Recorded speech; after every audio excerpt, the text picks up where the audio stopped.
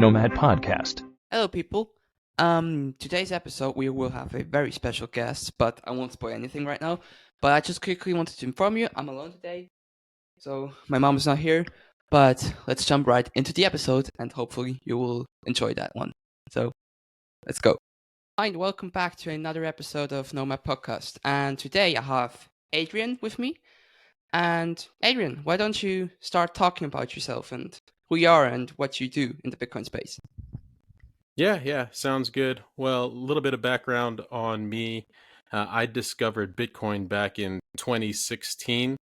At the time, I was in the U.S. government, in the U.S. military, and I needed a security clearance to do my job. And so, with the use of Bitcoin at the time, I really didn't jump into it and go down the rabbit hole. It wasn't later until I was living in Tallinn, Estonia, that I saw that the government there used blockchain technology for their voting system and for their medical care system, which I found really interesting. And that pushed me to go and actually start to study Bitcoin and go down the rabbit hole. 2018 is when I actually started getting into Bitcoin really. It's when I bought my first hardware wallet and when I started doing self-custody. And I've been orange pilled ever since. That's nice. So first question. Well, actually, you already answered that in a sense. But what when you got into Bitcoin, was it hard at the time, or was it like, I understand it, I get it, or did you need help, or was it just something that you immediately got? So, I didn't get it the first time. I actually have a Twitter account that I've had for a long time, and I had tweets about Bitcoin from like 2011. I didn't get it in 2011. Wish I did, obviously. But it did take a lot of self-study. There were videos. Andreas Antonopoulos was probably one that most people from that time frame really looked at. And it took a lot of self-study. I have a background in information technology and cybersecurity, so it did start to make sense for me. But for folks who don't have a more technical background, it could be a little bit more challenging. But reading books, jumping into podcasts, and understanding the underlying technology of like SHA-256 hash functions, Merkle trees, and things like that. Cryptography were a natural transition for me, but it wasn't instantaneous. I would say that it took, self-study of about 2 to 3 months of really diving in to really understand Bitcoin. Before you said you were a former officer, so you're a veteran. If I got right? Yeah, that's correct. I was in the military, U.S. military, for 21 years. Had a background, like I said, information technology, cybersecurity, during that entire period. So how was it for you then when you basically, after you discovered Bitcoin, how did your friends react? Were they like, "Oh, you're a Bitcoiner now? Oh, that means you're like a conspiracy theorist," or how was that for you? Because I had like a lot of my friends, "Oh, you're a Bitcoiner now, so you guys must be like all crazy somewhere around the world." So how was that for you actually? Did you get similar experiences or? Not entirely, but I'll tell a quick story. So it was like I think it was 2013. I was at a cybersecurity conference, and there were discussions on Bitcoin, Silk Road, Mt. Gox, dark web, and how it was used for illicit uses on over Tor network. And I didn't adopt Bitcoin at the time. I thought that, hey, this is probably something I should not be getting into. But after I started to really go down the rabbit hole in 2016, 17, and 18, is when I discovered and started to adopt Bitcoin. But I did it entirely in stealth mode. And I'd say that I was a stealth Bitcoiner all the way up until I transitioned out of the military for those reasons, just because people come in with preconceived opinions about Bitcoin, the crazy internet money. And I didn't want to have to deal with that noise, so to speak. So really, I just kept to myself. Maybe my close friends and family knew that I was into Bitcoin, but that was the extent of it. I mean, yeah, I actually saw that today. There was like, when the internet got invented, the whole media, the whole world basically was against it. Oh, it's gonna it's gonna go bankrupt in the next like 10 years, and it's gonna go wrong like so horribly that people won't use it. And that's the same with Bitcoin. Like every day, if I watch the news, which I barely do, but if I watch them like for once, I always see like the title like, oh, Bitcoin crashed to like whatever price, or Bitcoin is like going down. It's nothing. I'm like, are you sure? You also said that about like the internet like 10 years ago, and now it's like, look where we are today. So yeah, that's like Yeah, just that it's funny. mindset. I posted a picture, and I can share it with you for post production later on. Um, but there's news articles that said radio is dead, and then video games are dead, the internet is dead, Bitcoin is dead, and all of those could not be further from the truth. So I agree with you. I think a lot of mainstream media has a narrative that they're trying to fulfill. So I don't watch a lot of news. I don't pay attention to it. I think most of it is just noise. Yeah, and also just bullshit. So so to Yeah. say. But as a person who lives in the US, how is it like with Bitcoin? Is it like a regulated space, or is it like, do people even care if it's regulated, or how is that? Do you guys just use Bitcoin, or no? Is there like a certain adoption? So Yeah, the challenge with the regulation right now is every Bitcoin transaction, every spend is a taxable event. So mm, most of the Bitcoiners I know are using it primarily as a store of value. A mhm, lot of people are transitioning over to the Lightning Network or to Liquid Bitcoin to transact as a medium of exchange. And of those folks that do that, myself included, um, primarily do it in a spend and replace type of function. Or mm, I know a lot of folks will use the Strike app because yeah, you hold US dollars there and then it automatically converts and pays over a Lightning channel. So because you bought and then sold it, within seconds, there is no taxable event there. As far as Bitcoin adoption and acceptance, it's really hard to find people to or businesses especially that are accepting mm, Bitcoin or Lightning payments. Um, where I do see a lot of it is in tipping. As an yeah, example, I've convinced my barber to accept tips in Bitcoin. And so we do that over Lightning. I got them to download a Phoenix wallet. So whenever I get my okay, haircut, instead of paying in my tip, I mean, I'll pay for the haircut to the barbershop, but I'll pay for the tip over Lightning. yeah. That's cool. That's also, I personally also believe that's how we should do it. That's how we should use it. It's like, because no Satoshi, when he invented Bitcoin, I'm don't get me wrong, I'm not against hodling or like sats and all that stuff, but I think we should use Bitcoin more than rather just keep it. We should. It's peer to peer, right? So but yeah, um, a rather personal question. As a family Sure. father, as a father figure, also, how is it for you to explain that to your family, to your kids?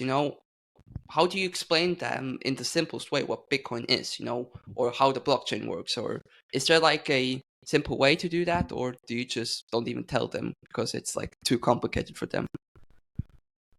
Yeah, I haven't actually gone and tried to orange pill my kids yet. They're a little bit younger, Yeah. So and so I think that the technical foundations they would lose interest almost immediately. And then from a personal security perspective, I also, they know that. I mean, you can kind of see I've got some memorabilia in the background. They know that I am a Bitcoiner, but I also tell them, hey, this isn't something that you tell all your friends and all your yeah, teachers just because people don't need to know about it. Um, but they understand from a zoomed out perspective that, there are underlying reasons. And primarily when I talk to them, it's based on scarcity, but there are reasons why over a long time horizon, the value of Bitcoin uh, will eventually go up. And that at this point, I think that's all they need to know and understand is, yeah, we have Bitcoin as a solution to inflation and monetary debasement, and it's something that people outside of our circle of friends and family don't necessarily need to know about. Bitcoin is a quiet and peaceful revolution, if you want to say so. I mean, Yeah, it's I wouldn't say it's like the next dollar or next euro, but it's the solution to a lot of problems that we face in the world currently. So yeah, I mean, also what you said with explaining it to children because it's too tech technological. I think that's the number one problem that we have today as Bitcoiners because if I want to explain it to people, they don't get it immediately because it is just you need to have like some sort of IT background or some maths background because I'm 18 and I love maths. That's why I got Bitcoin like that, immediately. So that wasn't too hard for me. But when I explained it to like my friends, they didn't get it, and they were like, "Ah, are you sure this is gonna work or this is gonna, change the world?" I'm like, "Yeah, I mean, either that option or just stay in the system." So, I mean, I'm a nomad, so I travel around the world, and I noticed that no matter what country, always the hardworking people or the people who know what it means to make money, they understood Bitcoin. They immediately got it. But all these guys who go to their universities, to their colleges, they didn't get Bitcoin. They were like, "Oh, you sure?" And then those are also all the people who watch like mainstream media stuff. And that was like crazy. So yeah. What I find interesting, and I think Jeff Booth has like Mhm. the best analogy when he says that trying to evaluate a new system and all the unique and intrinsic values of the new system while in the old system is what makes it difficult. And I agree with you. Some of the smartest people that I know Mhm. don't get Bitcoin because they're clouded by, their expertise in another field, and they're not willing to zoom out or look at it from a different perspective. Yeah, and they probably also think because they have like a doctor degree or like a, I don't know, some sort of degree, they're like totally smart and they're like the smartest person in the world. So that's I had that a lot. So yeah. Okay. 2024. So we're in 2024, people, and about April, there's the next halving. I hope it's gonna be around my birthday because my birthday is on the 8th of April. Who knows? Maybe it will be there then. But yeah, I mean, thoughts on that? What do you think is gonna happen? What price will be? And just stuff like that. What do you think? Yeah, yeah. So unfortunately, I think it's going to be after your birthday. I've been watching some of the countdowns just to see. We'll see if it actually lands on 420 or not. But as far as the price action, looking at it from a historical perspective, roughly, 150 to 180 days after the halving, you typically don't see a massive run up. Mm. I expect we'll probably see, from a U.S. perspective at least, I expect we'll see some volatility and sell the news, just like we did with the spot ETF. But at the same time, that's kind of a short term perspective. I think a lot of people in Bitcoin, I think the halving is going to be great. It's going to be phenomenal. We're going to cut the supply issuance in half down to roughly 450 Bitcoin per day. But I don't think it's going to be an immediate Yeah. shock to the system. It's definitely going to take time. I think 2025 is actually going to be more interesting than 2024. Yeah, if I understood that right, you would say that 2025 is gonna be like a good year for us, basically. And currently, it's like, Yeah, I think that's when a lot of things are gonna start to happen. The spot ETF, as we can see, it didn't create an immediate gamma candle, or Mhm. we're not going to see an immediate gamma candle with the halving. Um, if we look at it from like Rational Roots spiral chart perspective, it takes time, and I think his current models have the all time high at roughly December of 2025. Yeah. Okay, that's cool. So keep hodling your bitcoins, people. Yeah. Um, you also mentioned the spot ETF. I will also quickly talk about that. When you heard the news like spot ETF, we're gonna do that soon. We're gonna release that soon. What were your thoughts on that? Because I personally thought like, is it really good? I mean, it's good for Bitcoin because it could pump the price up, right? But that wasn't the case now, as we saw. So what were your first thoughts on that when you heard about that? Yeah. So personally, I think self custody is the ultimate solution to holding Bitcoin. Holding a spot ETF is just fiat wrapped paper Bitcoin. Yeah. You introduce counterparty risk, and you're still trapped in the fiat world because it's got to be fiat in, and then when you eventually decide to sell, it's going to be fiat out. But the biggest thing that I think that they bring along is more mainstream acceptance and adoption.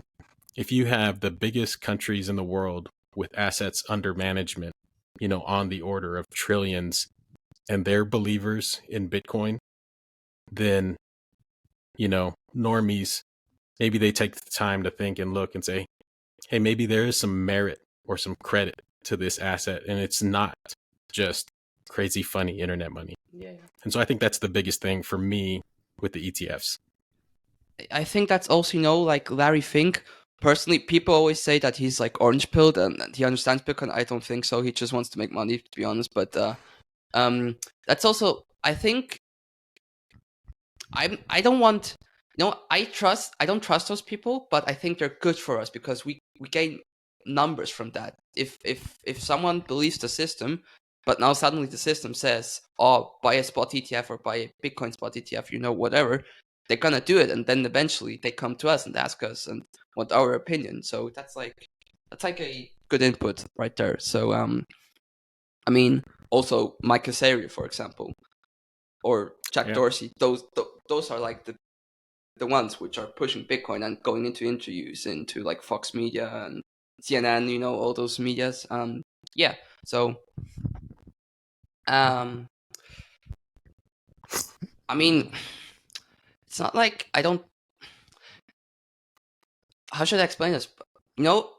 I personally think it's good that they help us, but we shouldn't put our trust into those people. Sometimes, you understand what I mean? Because it's like, yeah, sure, they help us, but you know, they're still like mainstream, or they used to. As I mean, Chuck Dorsey used to be like a mainstream guy, Uh, so, but you understand what I'm saying, So Yeah, I think overall the ETFs are a net positive for the entire industry. yeah, There are absolutely some negatives. Like I said, introducing counterparty risk, not your coins or not your keys, not your coins, and being trapped in the fiat system.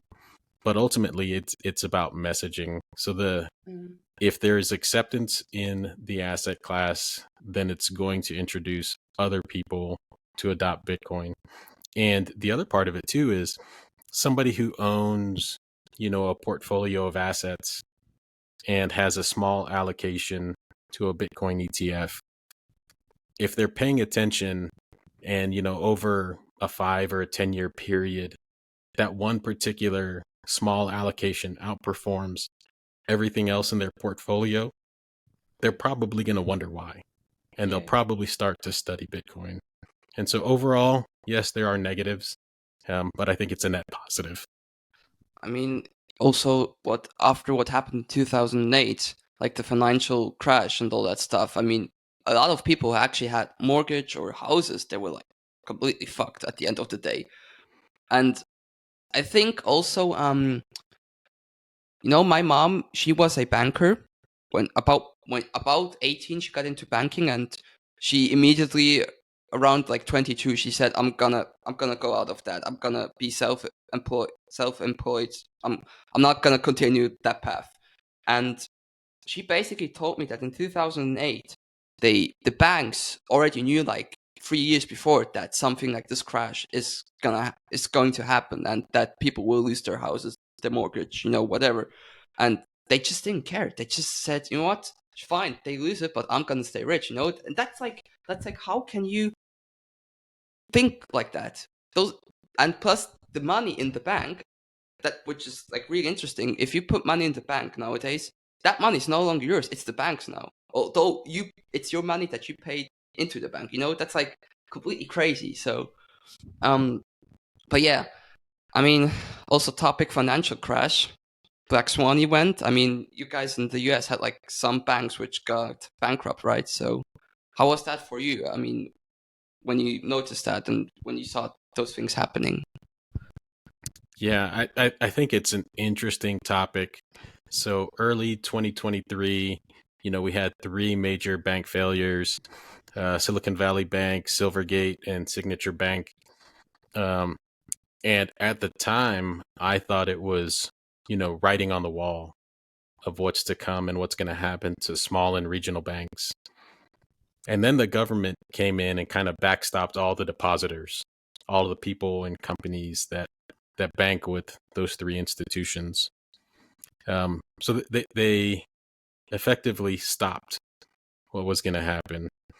And then we see again in January here in 2024, another bank failure. And then when we look at, from a global perspective, what's happening in China and the commercial real estate um, area over there, um, I don't know that the worst is over yet, as far as the banking industry. And like you highlighted, the fractional reserve lending and bank deposits are just IOUs. Yeah. You know, once you deposit money, that is the property of the bank to do what they want, and they loan it out to other people, and that's a loan that you made to them, and they pay you the interest on that particular loan, and you have a claim to it, but the bank doesn't necessarily have that money there for you when you want to withdraw it. Um, so yeah, I think long term, um, based on the manipulation of the financial system and the ability to debase the currency and print money out of nothing, there's there's still a lot of turmoil in the banking system overall. And I think that's the benefit of Bitcoin, is it allows people to opt out of that manipulated system and move to something that's decentralized with no central authority and that is completely transparent, audited every 10 minutes. Those are the beautiful things about Bitcoin. Yeah, and also, I think personally, our generation, I mean, my generation, and generally like your generation, we have our lives are too good. We don't know what it means to have like a hard life. That's why people also trust like governments and the system because they feel too good. And I think the only way to make them believe that the government is not what it is, they have to experience something horrible, and that's just like financial crash, if I want to say so. Which sounds harsh, but it's also the truth. And I think through that truth, they will also discover things like Bitcoin, which will at the end of the day will be the only thing that will be left. So I mean, we also had that in because I'm from Switzerland. When Credit Suisse was like Oh yeah. bankrupt, that was like that was the most horrible thing. If Credit Suisse wouldn't have been saved by the state and by UBS, whole Switzerland would have been bankrupt. That would have been like a total disaster. Switzerland was always so rich and famous and nice, who has like so much gold. I mean, gold. As gold would be something good nowadays. I mean, Bitcoin is digital gold basically. But anyway, that was like people don't realize that stuff. They don't even want to look at that stuff. So like, what the hell? So that was like that was crazy actually, because I mean, yeah, it's Switzerland. It's rich, famous, as I said. So Yeah, I think and that's part of the challenge with orange pilling people is, kind of meeting them where they are, understanding, what affects their day-to-day lives, what are their pain points, and then that provides an avenue to discuss things that would make sense to them. A lot of times people are complaining here about, the price of groceries mm. or the price of housing. And so when you can take that avenue of approach and discuss, yeah, why are groceries going up? Or, mainstream media said that inflation is down, but prices are still going up. And you can start to educate them and inform them of just because inflation is down doesn't mean prices go down. And I think they've actually said, whatever inflation is, prices are never going to go back down. to where they were. And so it's a lot of education, um, from a foundation of what people already know and understand. I mean, people topic Home Alone with Kevin being home alone. He goes into like the supermarket and like he buys like basic stuff like milk, water, eggs, meat. He pays like $20 back then, and Yeah, nowadays it would be like at least $100. So that's like crazy how much basically our money is like gone like from really $1 is equal to $1. Like now $1 is like equal to something. That's like crazy. I mean, my grandpa used to tell me that when he was younger, around like 12, 14, if you bought like some stuff like milk, he wouldn't even pay like $1. He would pay like 50 cents. That's like nothing. And nowadays it's like $3. It's like that just shows how much prices have gone up in the like past 70 years. So yeah. Um Also one more thing. That's actually yeah, the last question of this show. Um What do you think of Christine Lagarde, the head of the European Central Bank? Thoughts on her? So you can say whatever you want. You can curse at her. I'm not gonna cut it out. So yeah. um, I will bin her in with a lot of the other talking heads, and I'll say that um, I don't listen to what they say. Um, Instead, I try to watch what they do. We see it a lot here in the U.S. when the talking heads on mainstream media will say one thing and do another, and really that I think that is part of the problem. The mainstream media narrative, uh, with the intent, or at least my opinion, the intent to manipulate the people to move in a particular direction. I think that's part of the biggest problem that we have right now. And while I appreciate social media, I think that's a contributing factor as well, with big technology and algorithms on, you name the social media platform, to prioritize different messages in line with the narrative that they support. And so for all of those, I'll kind of pay attention to the words they say, but it's not going to move the needle for me, and it's not going to change my behavior. I'd much prefer to watch what they do collectively, try to zoom out and see what the big picture is in the direction that they're trying to move towards. I mean, it also already starts with the CBDC. How they try to complete that. Although it actually, in my opinion, doesn't work because you need like so much.